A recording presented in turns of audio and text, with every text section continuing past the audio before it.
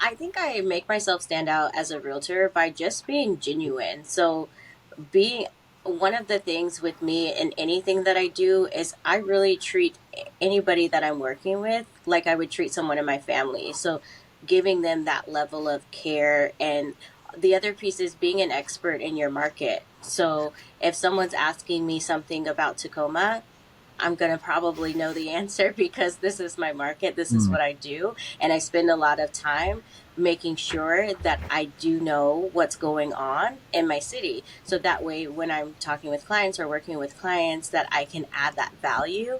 And they're not having to just do, research on their own. I can really have an opinion and give them some insight on what to look out for and what's a good deal or, price range and all of that kind of stuff. So I think being an expert in my city and just being a real genuine person and caring about them. It sounds simple, but you'd be surprised how many people don't do that in the industry. Just being a real person, that Yeah. helps a lot. I was Yeah. speaking to someone the other day, or it might have been yesterday, about like AI and how it Hmm. is replacing a lot of people's jobs. But the one thing it can never replace is that like genuine human connection that jobs like Yes. being a realtor or doing a podcast or anything that involves human interaction can never be replaced by an AI. So that's one of the reasons why being a realtor pays so well, because you're dealing with people constantly. And yeah, Yes. like I say, I'm sure you don't have any fear that AI is going to replace your job anytime soon. Not at all, but it does help enhance some of the features and make it easier. But you still Sure. absolutely need that human connection, person to person connection, and without it, it wouldn't work. This is it. Yeah, of course. What are some of the most effective ways to promote a property and get that attention of interested buyers? Some of the ways to promote the property, I mean, I would say one of the huge ways that we do it is through social media, right? So through Instagram, Facebook, TikTok, all of those things. And I think right now any entrepreneur knows that you have your job and then you also have social media. Like it just goes hand in hand. And it's a really great Hmm. tool, thankfully, for us to use to be able to promote properties. And the other is your spear. So one of the cool things about where I'm at, so I work for Keller Williams, and with it being such a large name here, I have not only myself, but I have every agent in my office, and in the other offices of Keller Williams. We do weekly meetings where we're talking about, the deals that we have, so the listings that we have, and being able to piece together, like if I have a listing, somebody else in the office may have a client that's looking for that exact thing. So, having not just one agent, but having a whole network of agents promoting your property is huge for the client. Gotcha. So, not just relying on doing it all yourself, sort Yeah, of make sure you're working in as a team with other people and utilizing all the resources that you have at your disposal. absolutely. Yep. So, in terms of negotiation, this is probably like what first time home buyers might flinch at. Is this idea of trying to get the best price for a property, because it's such an emotional journey, and so many factors play into that. Can you just give Yeah. some insight into like how you navigate that negotiation process, and like how do you get the best deals for your clients?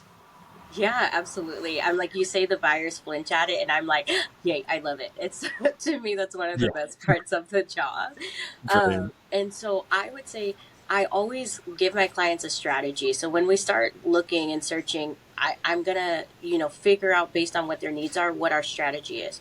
So a couple different ones that I use is one, looking at properties that have been on the market for a longer period of time. Right now, I would say anything that's been on more than 30 days, I know that we're going to probably be able to negotiate a pretty good deal for them. So, like, targeting those properties specifically, and going in with the negotiation in mind. And so if it's been on more than 30 days, chances of you being able to put in an offer below asking price and get it accepted are pretty likely. So that's the first piece. And the second piece is through an inspection. So a lot of times, if it's a more competitive property, I might go in at asking price, with an inspection contingency, knowing that, especially if it's an older home, knowing there's going to be things that are wrong. And then the cool thing is, even if we go in at asking price and offer that, during the inspection, we actually have the opportunity to renegotiate and try to get the price lower or get credits and things of that nature. So, in doing that, both of those have been very helpful in many deals that we've won. So, one of them, actually, a property that I purchased, it had been on the market for, I think this one had been on for almost 6 months. I put in an offer, it was listed 225. I put in an offer for 150,000. They said, "Heck no, we're not taking it." And I said, "Okay, cool. That's my best offer. I'm down the road." He called me back a week later and said, "Hey, can you do maybe 175?" I said, "No, I can't. I can do 160. That's the max that I can do." And we ended up getting the deal for 160. And it was listed originally for 225. Right? So being able to Wow. know when to push and pull, and so having good communication with the listing agent. So typically before I put in an offer, I'm going to call that listing agent and just get a check the temperature and see how things are going. And then from there, I can know, what we can negotiate as my with my client to try to get the best deal, but also try to get it accepted, and Hmm. make it a win-win for everybody. Does it feel like quite competitive because you are sort of trying to beat the other agent in a way, but you have no way of knowing what's going on their side of the story, do you? It's like a game of chess where you can't see the other people's pieces. It is. No. It is really competitive, but one of the things that Mm. I've used to really get a gauge of how to submit an Mm. offer is I'll call the listing agent and say, "Hey, I have a client that's really interested in 123 Main Street, whatever the address is. And what would it take for this to go pending tonight? What would your client be interested in seeing for us to get a deal done today?" And from there, they typically open up and kind of let you know. And that shows, that your buyer is serious. And it shows that we're trying to make the deal close, which is how everybody gets paid. That's how the seller gets their money. That's how the buyer gets their home. So that's the goal. And so from there, that kind of, I feel like, lets their guard down a little bit to really start negotiating with you before you've even put in an offer. Mm. What do you think makes you stand out as a realtor? Like, what's different about you? What are some things that people should know before working with you? Yeah, I would say, the really cool thing about being a realtor is, like, there's so many realtors out there, right? And so everybody, you have so many options. But I think one of the biggest things that makes me stand out is being a person of color growing up. I've always looked for people that looked like me and could understand me and my family and who I am, and the real fundamental parts of myself. And so I feel like I am able to represent a community that's not typically represented in the industry, which is awesome. And be able to add value, and be able to just understand. Um, I don't know, but yes, so that's a big part, is representation. So Mm. people typically like to work with people that look like them, and there's not a lot of people that look like me in the industry, and so that's a big part of what makes me unique. And then also my experience. So my experience as an investor, my experience in the finance world adds a ton of value. So, right, even though I wasn't an agent, all of the experience that I had was very parallel to where I'm at. So, being able to add those pieces is just an extra layer of what I'm able to help clients with. So, if a client comes to me and they're not necessarily ready to buy right now, because of my background, I'm able to give really detailed plans and financial reviews on what we can do to get them ready that other agents just wouldn't be able to. Gotcha. Gotcha. Makes sense. Um, so, what are some of the ways that you find your clients? Is it through networking? Are you actually someone who goes and knocks on doors, or yeah, how what's your approach? Yeah, so through a lot of networking, because I'm in my community that I grew up in, went to elementary, middle school, high Mm, school, worked in that community forever. I do have a pretty large network of people who have already known me for years and know, like, and trust me, which is how you end up getting business. So my network is a big part of it. What I'm starting to do is events even more to just get my name out there to the community, and get familiarized with everyone and have them be familiar with me as a realtor that's for them in Tacoma. So I would definitely say my network, doing events, and then I don't do a lot of door knocking. It's definitely something that I want to add, but I haven't started yet. But yeah, it's honestly just been word of mouth and referrals from friends and family and past coworkers and people in my sphere. nice. Get ready for a lot of rejections if you do go into door knock. I know, right? You You, say you from you used to do the experience. door knocking, right? To sales. Yeah, Yeah. yeah. Just recently quit. Actually, last Oh Friday? wow! Handed in my old iPad and was like, I'm moving on. Congratulations! Thank you. Congratulations! Yeah, it's very exciting. Yes. So I'm just sort of starting on my entrepreneurial journey, and learning so much along the way. So it is really helpful for me to talk to people like yourself, Tiffany, and learn like how it's all going. But what advice would you give to your younger self, say 15 years ago, if you could talk to her? What might you say? To Maybe myself, not 15 years. 15 years ago, I would say Let's say 10 years 10 ago. years ago. 15 is probably 10 years quite a long ago, time as ago. young Tiffany was 20. 10 years ago, I was like 10. So I don't know. No, just kidding. Yeah. Hmm. 10 years ago, I was 22. I would have believed you. So unsure. So to 22-year-old Tiffany, I would say that you got this, girl. That's what I would say. You got this.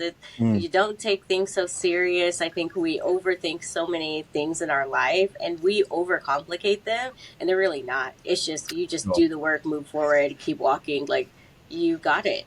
You Everything that you need to be able to accomplish what you want is right there at your fingertips. You just have to take advantage of it. I agree. I agree. In my case, I would say all of that, but I'd also say something like get a mentor sooner, Yeah. or like join a program, or just go and learn about the things that you want to do, or try as many different things as you can to figure out what it is that you like.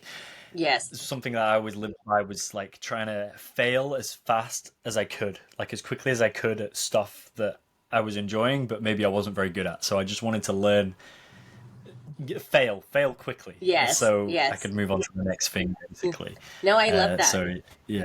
And honestly, Mm, and that's what, like, people get. Well, and I don't even feel like I'm young, but with me investing and having done that for years, it's because I did fail mm. fast. I failed when I was young. I think I bought my first investment property when I was 24, 25, and it was a failure. It was terrible. But because I did that so early, it allowed me to, Mm. in my early 30s, be able to do it on a whole different level and, have taken all those lessons that I learned and move on. Exactly. It gives you a chance to have multiple Yeah, iterations of the thing it is that you're trying. exactly. Yeah. Uh, yeah, exactly. Well, this is it. Um, I haven't got much longer, but I'll just ask you a couple more Sure. questions.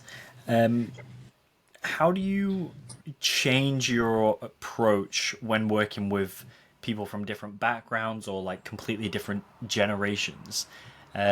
Because I imagine it's slightly different if you're helping an elderly couple find their like fifth home versus first time home buyers. Uh, do you think that you change much in the process, or is it quite consistent your service? I would say, that's one of the really unique things about my background working for Bank of America for so Mm, long was we did have all different types of clients. So we'd have people that have mm, $0 in their account and people that have $1 million mm, portfolios with us all walking in the door at the same time. And one of the things that was really important to me was to treat everybody the same and with the same level of care and service. And so, one of mm, the things that I actually do and I've done for years is whenever I meet somebody that I'm working with, is I find somebody close to me that I care about and that kind of identifies with them, that's close to them. So whether it's like my grandma, my uncle, my cousin, somebody that I love and care about, I kind of put that person of like that I'm going to treat them like they were my grandma, or I'm going to treat them like they were my dad, and how I'd want them to be treated if they went out in the world. And so it sounds really silly, but it helps me to really build that personal connection of getting to know them as a person, not as a client, but really caring about them as a person. And then from there, I'm able to offer really genuine service and care for them because that's what I would want somebody to do with a family member. I love that. Yeah, it's quite a few of the successful realtors I've spoken to do always talk about the fact that all of their clients have become really close friends of theirs, and Yeah, because they do become such close friends, they're able to get them the best and provide the best service for them because you work well together in that way. So yeah. yeah, that sounds really exciting about being a realtor is the people aspect, and that's like what 90% of it, would you say? Yeah, maybe 95. 95. And the rest of the 5%, what is that? Just like forms Yeah, and like forms and well, and even yeah, it's the people because I was gonna say negotiations, but that's also the people, right? yeah. So yeah, the other 5% is forms and the little admin stuff, but most of it's people. Hmm. Is there a lot of paperwork involved? You know what? Now, since I will be honest, since COVID happened, one of the good things that came out of it was there was a lot Hmm. of different enhancements to make things more convenient and a lot less paper, a more electronic aspect. Hmm. But it's not. I wouldn't say it's a ton, but there's some with each deal. Yeah, There's a little yeah, bit, yeah. I reckon in the future with AI, there'll be just so much less of that, just completely minimal, and you can focus 100% on just building relationships with people, which is, I yes. imagine, the best part. The best part, absolutely, it is. Yes. That's great. Okay. Well, I'll just end it there today, but thank you for coming on, Okay. Tiffany. Yes. Thank you for No having me problem. again, George. Appreciate it. No problem Always at all. great. I'm just going to end the recording there. Don't Okay. disappear yet. Okay, I won't this time. Okay.